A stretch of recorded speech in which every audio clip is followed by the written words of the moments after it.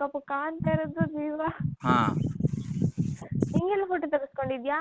ಹಾ ನೇ ನಿನ್ ಬಗ್ಗೆ ಏನಾದ್ರು ಗೊತ್ತಾದ್ರೆ ನೋಡ್ನೆ ನಿಜ ಕತ್ರಸಾಕ್ತೀನಿ ನೋಡ್ನೆ. ಅಮ್ಮ ನೋಡಮ್ಮ ಇವಳು ಹಿಂಗೆಲ್ಲ ತಕ್ಕೊಂಡೋಳೆ ಅಂತ ನಮ್ಮ ಅಮ್ಮಂಗೆಲ್ಲ ತೋರಿಸ್ತಾ. ನೀನೇನ್ ಸಾಚನ ಅನ್ನೋ ನೀನು ನೀನೇನ್ ಸಾಚನ ಅನ್ನೋ. ಅದ್ ನಮ್ಮ ಅಮ್ಮಂಗೂ ಗೊತ್ತು, ಅವ್ನ್ ಗಂಡ ಇದ್ದ ಹೆಂಗ್ ಮಾಡಿದ್ರು ನಡೆಯುತ್ತೆ ಕಣ್ಣೆ ನಿನ್ನೆ ಕಣ್ಣೆ ಅಂತಾನೆ ನಮ್ಮಮ್ಮ. ಅವ್ರಿಗೆ ಒಂದು ಅಣ್ಣ ಇದ್ದಿದ್ರೆ ತಮ್ಮ ಇದ್ದಿದ್ರೆ ಅವ್ರಿಗೆ ಹೆಂಗ್ ಅನ್ಸುತ್ತೆ ಅಂತಾನು. ಈಗ ನಿನ್ಗೆ ಹೆಂಗ ನೀನೇ ನನ್ಗೆ ಹೆಂಗ್ ಮಾಡ್ತಾ ಇದ್ದಿ, ಅವ್ರ ಅಣ್ಣನು ತಮ್ಮನು ಅವ್ ಹುಡ್ಗಿಗ ಹೆಂಗ್ ಮಾಡಿದ್ರೆ ನೀನ್ ತಡ್ಕತಿಯ ಅಂತಾನು. ಆ ಹುಡ್ಗಿ ಒಬ್ಳೆ ಕಣವ್ರು ಇಚ್ಚಾಗ್ ನೋಡ್ಕೊಂಡವ್ರೆ ಗೊತ್ತಾ.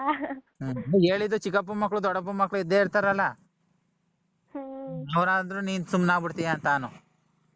ನನ್ನ ಆತರ ಎಲ್ಲ ಹೇಳಕ್ ಆಗಲ್ಲ ನಂಗೆ.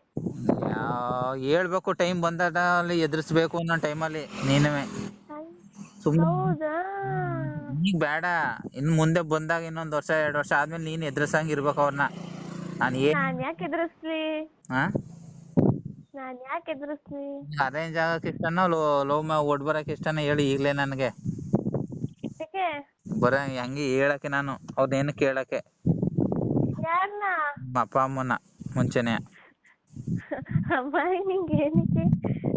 ನಿನ್ಗೆ ಹೆಂಗಿಷ್ಟ ಹೇಳ.